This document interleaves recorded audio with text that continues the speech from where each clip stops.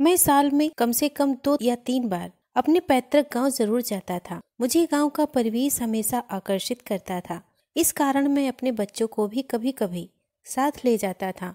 गांव वाले मेरे घर में मेरे ताई, ताऊ जी और माँ पिताजी रहते थे।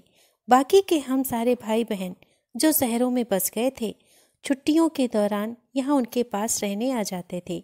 हम ताऊ जी और पिताजी से भी हमारे साथ शहर चलने की जिद करते रहते थे, पर वे हमारे साथ नहीं जाते। उनका कहना था कि गांव की मिट्टी की महक ही उनके लिए ऑक्सीजन है, इसके बिना वे नहीं रह सकते। गांव के शुद्ध खान पान और रहन सहन के कारण वे सभी इस उम्र में भी सेहतमंद थे। वे शहर नहीं आते तो हम ही यहाँ आते जाते रहते। वे हमारे आने पर घर की बहुत सारी चीजें बदल देते ताकि हमें गांव में कोई असुविधा ना हो। वे कभी कूलर, कभी गीजर, तो कभी हमारे लिए घर में वाटर प्यूरिफायर लगवा देते।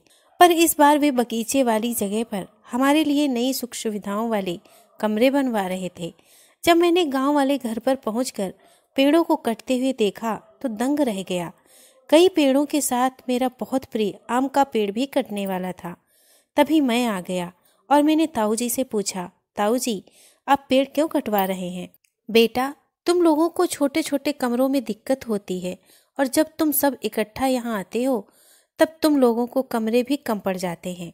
शहर में तुम सबको अलग अलग कमरों में रहने की आदत है, इसीलिए तुम लोगों के लिए और कमरे बनवा रहे हैं। पर ताऊ जी, हम यहाँ कितने दिनों के लिए आते हैं? यह पेड़ तो हमेशा यहीं रहते हैं। आठों पहर ताज़ी हवा देते हैं, ताज़े फल देते हैं, शीतल छाया देते हैं।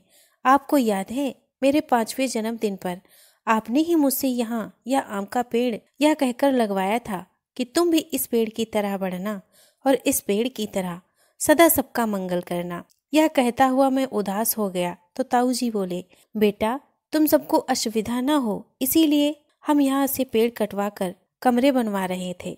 मुझे क्या पता था कि तुम्हारा आज भी इस आम के पेड़ से वही बचपन वाला लगाव है।